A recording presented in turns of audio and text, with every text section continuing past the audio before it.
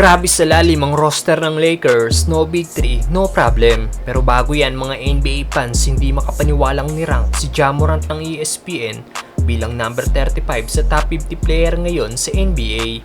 Ngayong papalapit na ang regular season, inilabas na nga po ng ESPN ang kanilang top 50 players sa paparating na season. At laking gulat ng karamihan sa mga NBA fans nang makita nila si Ja Morant na nag-rank bilang number 35 lang. Tinalo pa nga po si Ja ni Tyrese Haliburton, De'Aaron Fox, Jrue Holiday, Jalen Brunson sa pagandahan ng rankings. Kaya naman maraming NBA fans na nag-react sa ginawang rankings na ito ng ESPN. Ayon sa isa nagkomento, wala daw 10 player sa buong mundo ang mas magaling kay Ja Morant.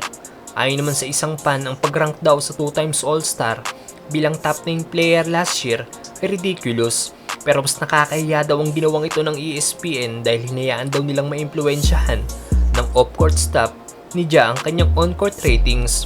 Well, maraming controversy nga pong kinasangkutan si Ja Morant last season at dahil dito suspended siya ngayon ng 25 games sa paparating na season. Kung kayo ba ang tatanungin, top ano nga ba si Ja Morant mga brother? Samantalang grabe ang lalim ng roster ng Lakers, hindi umubra ang kumpletong team ng Sacramento Kings. Hindi nga po naglaro ang big three ng Lakers na sina LeBron, Davis at Austin Reeves. Samantalang out pa rin sina Bando at Cam Reddish dahil naman sa kani-kanilang injury. Samantalang para sa Kings, buhos nga po ang lineup nila at pinaglaro sina De'Aaron Fox, Domantas Sabonis at Harrison Barnes. Buong game na kontrolado ng Lakers ang laro hanggang sa matapos ang laban at nakuha nila ang panalo sa skora 109-101. Pinangunahan nga po ni D'Angelo Russell ang Lakers at nagtapos siya na may 21 points, 3 rebounds at 8 assists. Ito na nga po ang third consecutive game si D'Lo na maganda ang kanyang laro. May 15 points at 3 assists naman si Gabe Vincent. May 13 points at 5 rebounds naman si Rui Hachimura.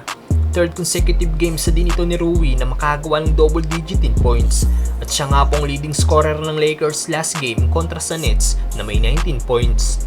Samantalang matapos ng fouled out noong laban nila sa GSW ni Prince at nagtala lang ng 2 points, nag-bounce back nga po ito noong laban nila sa Nets at nakagawa ng 13 points. 13 points nga po ulit ang ginawa ngayon ng nasabing forward at nakagawa pa ng 7 rebounds. Naka 13 points at 4 rebounds din si Christian Wood after ng 10 points at 6 rebounds niya kontra sa Nets. Patunay lang sa ginawang larong ito ng Lakers na malalim talaga ang kanilang roster. Dahil tinalo lang naman nila ang top 3 sa West last season nung wala sina LeBron, Davis at Austin Reeves. Ano masasabi nyo dito mga brother?